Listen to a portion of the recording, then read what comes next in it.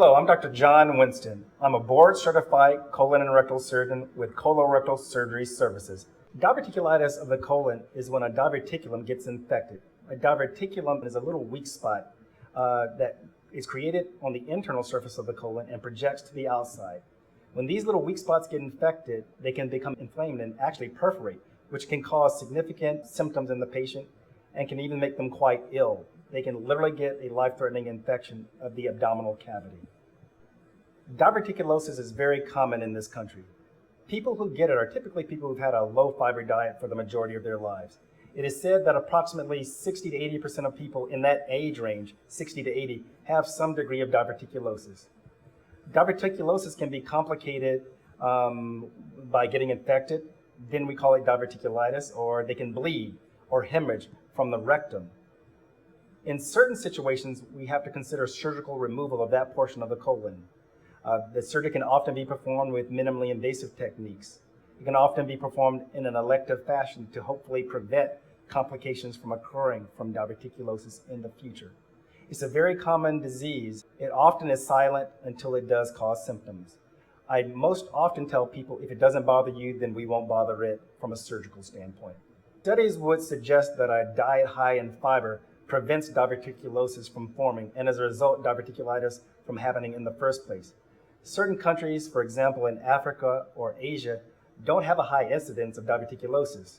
The reason it's so common in this country is we have a lot of processed foods, processed breads, and we don't eat a fiber-rich diet. In order to help prevent diverticulosis and the complications of diverticulosis, doctors tend to recommend eating a diet high in fiber that contains anywhere from 25 to 30 grams of fiber each day, and as well lots of fluids. There are two ways to treat diverticulosis or diverticulitis, specifically diverticulitis. With diverticulitis, with a mild infection, you can often get by with bowel rest and antibiotics, sometimes requiring a hospitalization. If the diverticulitis becomes severe enough, or there are multiple episodes, you have to start considering surgery. There's a lot of debate on when a person should have surgery for diverticulitis. Often, you should visit with your surgeon to have an open discussion about if you're a candidate for surgery for diverticulitis. There are a number of different procedures that we offer for diverticulitis. The most common is resection of that portion of colon that is involved with diverticulosis and diverticulitis. We can do it with standard techniques, a long incision, for example, 6 inches long, which is a traditional incision, or we can do it with minimally invasive techniques, laparoscopic techniques, or even robotics. There are a number of different symptoms that we see with diverticulitis. The most classic symptoms are pain in the left lower aspect of the abdominal cavity. Fever is a symptom. Nausea and vomiting can also be symptoms. Change in bowel habits are also symptoms, albeit less likely. The most common symptoms are left lower abdominal pain and fever.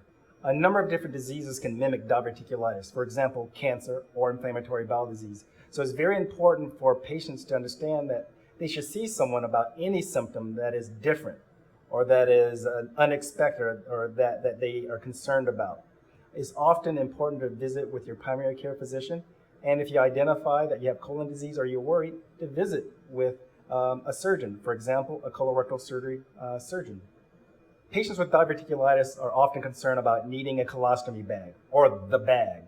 Often we can get by without having to do an aggressive surgery or a complicated surgery necessitating a colostomy bag. And when we do, it's often temporary. Studies would say about 85% of people who do get a colostomy or a bag for diverticulitis can be reversed. With more modern techniques, we're hoping to improve that number. For more information on diseases of the colon, rectum, and anal canal and surgical treatments, please feel free to go to our website at www.colorecalsurgeryservices.com or call our office at area code 210-490-2828.